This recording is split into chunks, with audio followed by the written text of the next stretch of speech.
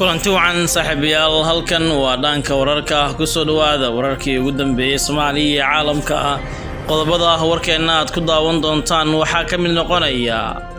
dawladda Turkiga oo madaxweyne Farmaajo u ogolaatay isticmaalka diyaaradaha drone-iska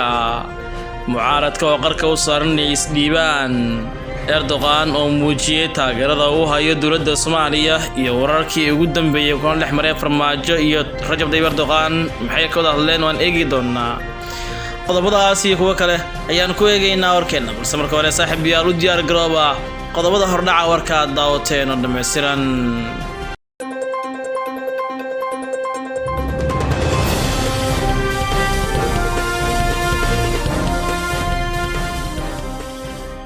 aynu ku bilawnay Turkiga ayaa madaxweyne Farmaajo u ogolaatay isticmaalka diyaaradaha drone-iska xog kala duwan oo dhanka wararka uu helay waxa ay sheegayaan in dawladda Turkiga ay madaxweyne Farmaajo iyo si guud dawladda Soomaaliya u ogolaatay isticmaalka diyaaradaha aan duuliyaha lahayn ee drone-iska ee Bayraktar Turkiga uu farsameeyo diyaaradahan oo dhawaan Turkiga ugu deeqay Soomaaliya ayaa waxa qiradaan ka muujinaya xubnaha mucaaradka Soomaaliya iyagoo sheegay in duulaan lagu yahay qadiyadooda iyo in dawladda diyaaradahaas ay adeegsanayso shaki weyn ay ku abuureen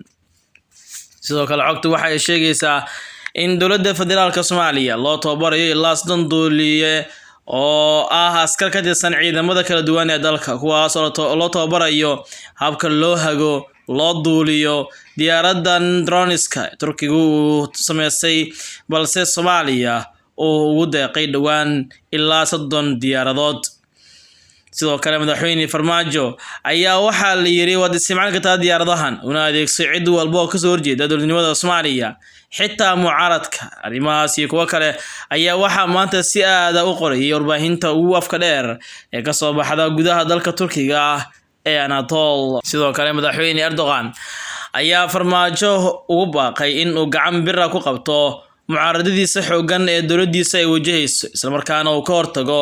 qorashaha iyo isku dayga ay wadaan xubnaha mucaaradka Soomaaliya oo ay ku duminayaan dawladnimada dalkan Soomaaliya sidoo kale mucaaradka ayaa hadda u muuqda kuwa isdhiibi raba marka la eego handadaada ka timid Erdogan iyo amarka uu ku siiyay Farmaajo dawladdiisa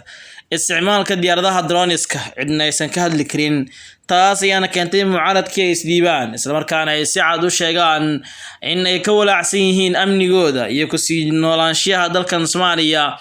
qaarkoodna waxa laga soo xigtay in dalkan gabi ahaanba ay isaga cararayaan mucaaradka qarka ay hadda u saarayeen isdhiibaan oo ay ka baxaan dalkan maadaama culays military oo waaweyn ay wajahayaan iyagoo awalka hore shaki weyn ka qabay ciidamada Turkiga u tababaro Soomaaliya ayaa haddana Turkiga wuxuu amar ku siiyay dawladda federaalka ee Soomaaliya inay isticmaasho diyaaradaha drone-iska ee dhawaan laga iibiyay ama loogu deeqay dalkeena hooyo ee Soomaaliya xaalka ayaa hadda isbedelaya Erdogan waxa uu muujiyay madaxweyne Farmaajo taageerada uu hayo dawladda Soomaaliya iyadoo sidoo kalena uu Erdogan u ballan qaaday Soomaaliya inuu ka caawin doono dhanka dhismaha ciidamada militariga gaar ahaan ciidanka badda iyo kuwa cirka ee commandoska isagoo sheegay in tababaro la furi doono dhawaan lagu xareyn doono xeelad Turkiga ee magaalada Muqdisho ilaa 1500 oo askari oo ay soo jiray ciidamada badda iyo kuwa cirka sida Turkiga uu sheegay madaxweyne Farmaajo una ballan qaaday heshiiskaasi Turkiga waa saaxiibka ugu weyn ee Soomaaliya ka gacan siinaya arrimaha ciidamada iyo dhismahooda iyo tababarada kala duwan waxaana tani markale ay muujinaysaa in Soomaaliya dhabihii guusha iyo dhismo ciidan oo awood leh cagta saartay isla markaana cadawga Soomaaliya hadda ay ka nacsan yihiin dardarta lagu dhisayo ciidamada kala duwan ee dalkeena si gaar ah ciidanka xoogga dalka Soomaaliyeed oo awoodooda tabartooda iyo taatikadooda la xoojinayo sidoo kale Turkiga iyo Erdogan waxay ballan qaadeen in hub casri ah Soomaaliya ay siin doonaan si dawladaha ku hareeraysan ee cadawgeeda isaga difaacdo maadaama Soomaaliya aysan hub fiican tani burkii dawladda dalkan kadib isla markaana hadda uu saaran yahay Soomaaliya xayiraad cunaqabatayna balse Turkiga ayaa iska indhatiraya dhammaanba xayiraadaha qaramada midoobay isagoo raba inuu taageero weyn oo hubeed siiyo dawladda federaalka Soomaaliya dhawaan drone-iskii Soomaaliya ugu deeqay waxa qaladaan weyn ka timid mucaaradka iyagoo ku dacweeyay Turkiga in diyaaradahaas uu siiyay dawladda Soomaaliya uu ka laabto maadaama xilli doorasho lagu jiro hase yeeshee Erdogan iyo dawladdiisa ayaa si cad ugu sheegay musharaxiinta mucaaradka in aysan ogolayn la shaqeynta nidaam dowladda Soomaaliya aan ahayn oo ka jira Soomaaliya isagoo si cad u sheegay in iyagaba ay joojiyaan faragelinta ay ku hayaan dhismaha dowladnimada Soomaaliya iyo cadowga gadaal ka soo riixaya oo u adeegsanaya duminta dalkooda hooyo ee Soomaaliya. Erdogan hadda waa uu soo gabagabeynayaa dhammaanba xiriiradii hoose u lahaa siyaasiyiinta mucaaradka qaarkood sida Xasan Sheekh iyo xubno kale maadaama iyaguba ay laf dhungasho ku noqdeen nidaamkii dowladnimo ee dalkan Soomaaliya. Bal markaan aan isla eegno kulan dhex maray Farmaajo iyo sidoo kale Erdogan oo arintan aad uga hadlay Soomaaliya. Haddaba maxay ka wada hadleen labada hogaamiye ee Erdogan iyo sidoo kale Maxamed Cabdullaahi Farmaajo? sida la shaaciyay waxaa jira madaxweynaha dowladkiisa oo dhamaaday ee Soomaaliya Maxamed Cabdullaahi Farmaajo oo ku sugan dalka Turkiga ayaa shalay magaaladaas kula kulmay gaar ahaan magaalada Istanbul dhigiisa Turkiga Rajab Tayyip Erdogan.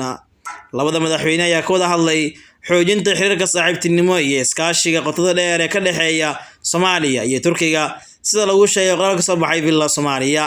sidoo kale waxaa kulanka diiradda lagu saaray tadargelinta qorshayaashii hore ee iskaashiga dhinacyada amniga, waxbarashada, caafimaadka, dhaqaalaha, maalgashiga iyo horumarinta, iyadoo sidoo kale lagu heshiiyay bilaabidda kuwo hor leh oo qayb ka ah qorshaha cusub ee iskaashiga dalalka Afrika iyo sidoo kale dowladda Turkiga. Farmaajo ayaa la wadaagay madaxweyne Erdogan guulaha ay dowladda federaalka ee Soomaaliya ka gaartay xasilinta dalka, dib u dhiska hay'adaha amniga, kobcinta dhaqaalaha, hanaanka diiwaangelinta, la dagaalanka argagixisada iyo horumarinta kaabayaasha kale ee dhaqaalaha dalkan Soomaaliya. waxay isla qaateen xoojinta muhiimadda ay labada dal u leedahay horumarinta iskaashigooda ku dhisan wada shaqeynta danaha labada qaran iyo in sida ay lagama u tahay kor u qaadida xiriirka ka dhaxeeya dalalka Afrika iyo sidoo kale Turkiga. madaxweyne Erdogan ayaa bogaadiyay guulaha la taaban karo ee shacabka Soomaaliyeed iyo dowladda Soomaaliya ku tallaabsadeen isagoo ku dhiirigeliyay ganacsatada Soomaaliyeed in ay wax soo saarka dalkooda u suuq geeyaan dalkiisa sida hadalka uu dhigay. ugu dambeyn madaxweyne Farmaajo ayaa uga mahad celiyay Erdogan iyo shacabka Turkiga karabisaaga walaalnimo ee ay u muujiyeen shacabkii dowladda Soomaaliyeed, waxaana uu tilmaamay in dowladda Turkiga ay Soomaaliya u tahay saaxiib dhow oo istiraatiiji ah, iyadoo labada madaxweyne ay salaadii Jimcaha ee shalay ku wada dukadeen